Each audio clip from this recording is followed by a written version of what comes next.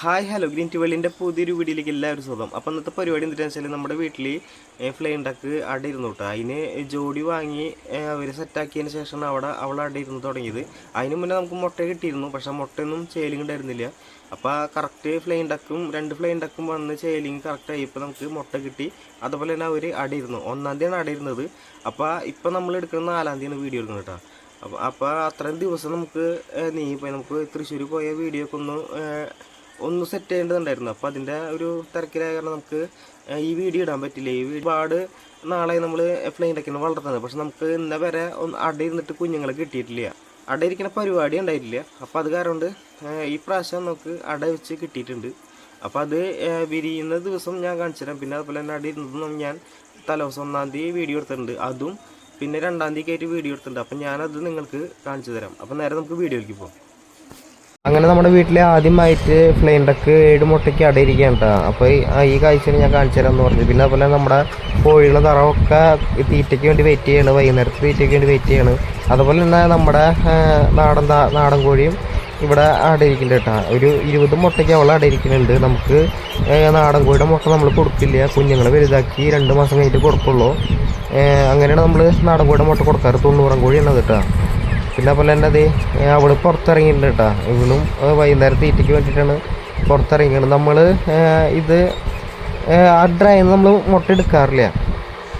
ഈ ഡ്രൈന്ന് നമ്മൾ മുട്ട എടുക്കാറില്ല. ചേലിയും കിട്ടിയതിന് ശേഷം നമ്മൾ ഇവർ രണ്ടുപേരും ഒരുമിച്ച് ഈ കൂട്ടിൽ തന്നെ അടച്ചിട്ടിരുന്നത്. അപ്പോൾ തീറ്റ കൊടുക്കുമ്പോൾ ഒക്കെ നമ്മൾ ഇതിൽ അടച്ചിടും, അത് നമ്മൾ പുറത്തേക്ക് അയച്ചിടും, അങ്ങനെ ചെയ്യാറ്. പക്ഷേ ഇവള് ഒരു ദിവസം ഇതിൻ്റെ ഉള്ളിൽ മുട്ടയിട്ടു. പിന്നെ ആ 7 ദിവസം ഇവള് ഇതിൻ്റെ ഉള്ളിൽ മുട്ടയിട്ടിട്ട് പിന്നെ പുള്ളിക്കാരി അടയിരുന്നു കേട്ടോ. അങ്ങനെയാണ് ഇവള് അടയിരിക്കുന്നത്. ചേലില്ലാത്ത ഒരുപാട് മുട്ടയുടെ അതൊക്കെ നമ്മൾ താറാവിൻ്റെ മുട്ടയുടെ കൂടെ തന്നെ കൊടുത്തയച്ചു. അതുപോലെ തന്നെ നമ്മുടെ കോഴി എല്ലാ താറാവുകളും നമ്മൾ അയച്ചിട്ടുണ്ട്, കോഴികൾ അയച്ചിട്ടുണ്ട്. ഇവർ വൈകുന്നേരം കൂടും നമ്മൾ അടച്ചാറില്ല കേട്ടോ, തുറന്നിടാറ്. അപ്പം എല്ലാവരും തീറ്റയ്ക്ക് വെയിറ്റ് ചെയ്ത് നിൽക്കുകയാണ്. ഇതിൽ വാത്തയുടെ കൂട്ടിലാണ് കേട്ടോ അപ്പം ഫ്ലെയിം ഡക്ക് കോഴിക്ക് ഒരു മുട്ടയിട്ടിരിക്കണത്. അവരുടെ കൂടെ ഇനിയും നമുക്ക് വാത്തയ്ക്കും കൂടിയും കൂടുന്നു സെറ്റ് ചെയ്യണം. ഇപ്പോൾ അവൾ പുറത്തിറങ്ങിയിട്ടുണ്ട്, തീറ്റയ്ക്ക് വേണ്ടിയിട്ട് പുറത്തിറങ്ങിയിട്ടുണ്ട്. നമ്മുടെ വീഡിയോ ആദ്യമായിട്ട് കാണാൻ ലൈക്ക് ചെയ്യാനും ഷെയർ ചെയ്യാനും കമൻറ്റ് ചെയ്യാനും സബ്സ്ക്രൈബ് ചെയ്തിടാനും മറക്കരുത്.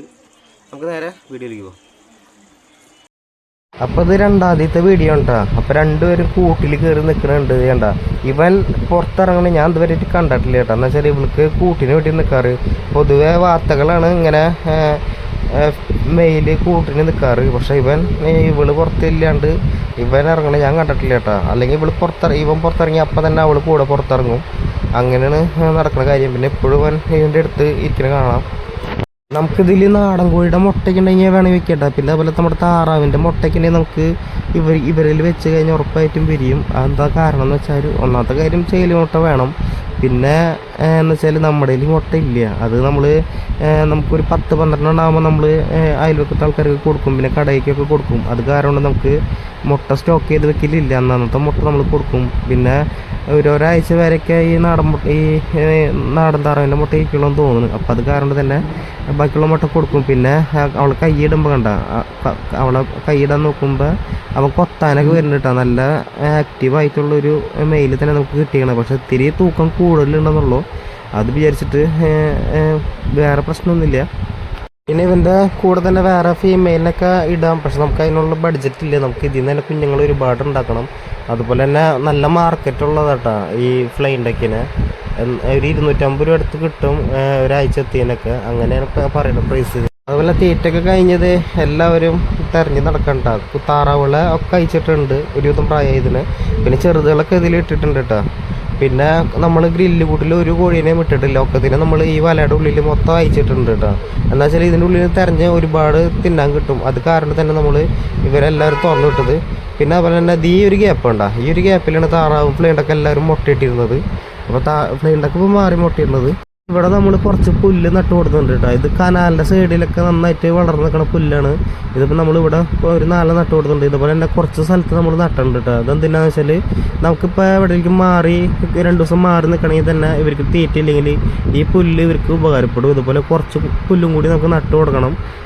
പുല്ല് നല്ല രീതിയിൽ വളർന്നതാണ്, പക്ഷേ എല്ലാവരും തിന്നുന്നുണ്ട് കേട്ടോ. ഭാഗത്തിന് ഏറ്റവും കൂടുതൽ നന്നായിട്ട് പുല്ല് തിന്നത്. ഈ വാഴയുടെ അപ്പുറത്തൊക്കെ നമ്മൾ കുറച്ച് പുല്ല് നട്ട് കൊടുക്കുന്നുണ്ട് കേട്ടോ. അതുപോലെ ഇതിൻ്റെ മുകളിൽ മീൻ തീറ്റ ഇരിക്കുന്നത് അതും കൂടി മീൻ ഇട്ട് കൊടുക്കാം. അപ്പോൾ ഇതിലാണ് നമ്മൾ മീൻ ഇട്ടേക്കുന്നത് കേട്ടോ. ഇത് മീനിൻ്റെ കുളം വേറെ ഒരെണ്ണം സെറ്റ് ചെയ്യണം.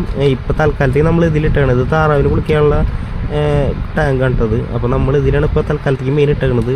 പിന്നെ അതുപോലെ തന്നെ ഈ ടാങ്കിൻ്റെ സൈഡിലൊക്കെ പുല്ല് ഒരുപാട് നന്നായിട്ട് വളർന്നിട്ടുണ്ട് കേട്ടോ. നമുക്ക് താറാവിനൊന്നും ഇപ്പം അയച്ചിടാൻ പറ്റില്ല, അതാണ് നമ്മൾ അങ്ങോട്ട് അയച്ചിടാത്തത്. പിന്നെ ഇവിടെ കുറച്ച് പുല്ല് നട്ടു കൊടുത്തിട്ടുണ്ട്. ഇത് മഴച്ചാലാണ്, മഴവെള്ളം പോണ ഒരു ചാലാണ് കേട്ടോ. ഇവിടെ നമ്മൾ നട്ടു കൊടുത്തിട്ടുണ്ട്.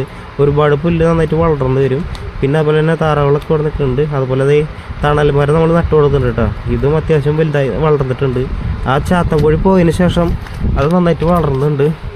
ഇതൊക്കെയാണ് ഇപ്പോഴത്തെ മാറ്റങ്ങൾ വന്നേക്കണമെന്ന് പറയാനായിട്ട്. താറാമുട്ട ഒന്നും കിട്ടണില്ല. ഈ വിറക് നമുക്ക് ഒതുക്കണം. പിന്നെ താറാമുട്ട ഇതിൻ്റെ അടിയിലൊക്കെ ഉണ്ടോ എന്ന് നോക്കണം കേട്ടോ. ഇതിൻ്റെ ഇടയിലൊക്കെ ഇവർ താറാവ് മുട്ട ഇടാറുണ്ട്. അപ്പോൾ അതൊന്ന് ഞാൻ നോക്കണതാണ്. അപ്പോൾ നമ്മുടെ ഈ ചെറിയൊരു വീഡിയോ ഇവിടെ വെച്ച് നിർത്തണം. അപ്പോൾ ഇതിന് നല്ലൊരു വീഡിയോ ആയിട്ട് ഞങ്ങൾ വന്നിരിക്കും. അപ്പോൾ നമ്മുടെ വീഡിയോ ആദ്യമായിട്ട് കാണാൻ ലൈക്ക് ചെയ്യാനും ഷെയർ ചെയ്യാനും കമൻറ്റ് ചെയ്യാനും സബ്സ്ക്രൈബ് ചെയ്യാനും മറക്കരുത്. അപ്പോൾ നമുക്ക് അടുത്ത വീഡിയോയിൽ കാണാം. അപ്പോൾ ഓരോന്നും ഇതിൻ്റെ ഉള്ളിൽ നിന്ന് ഇറങ്ങിയില്ല കേട്ടോ, അതിൻ്റെ ഉള്ളിൽ തന്നെ ഇരിക്കുന്നുണ്ട്. അപ്പോൾ അടുത്ത വീഡിയോയിലും ബൈ.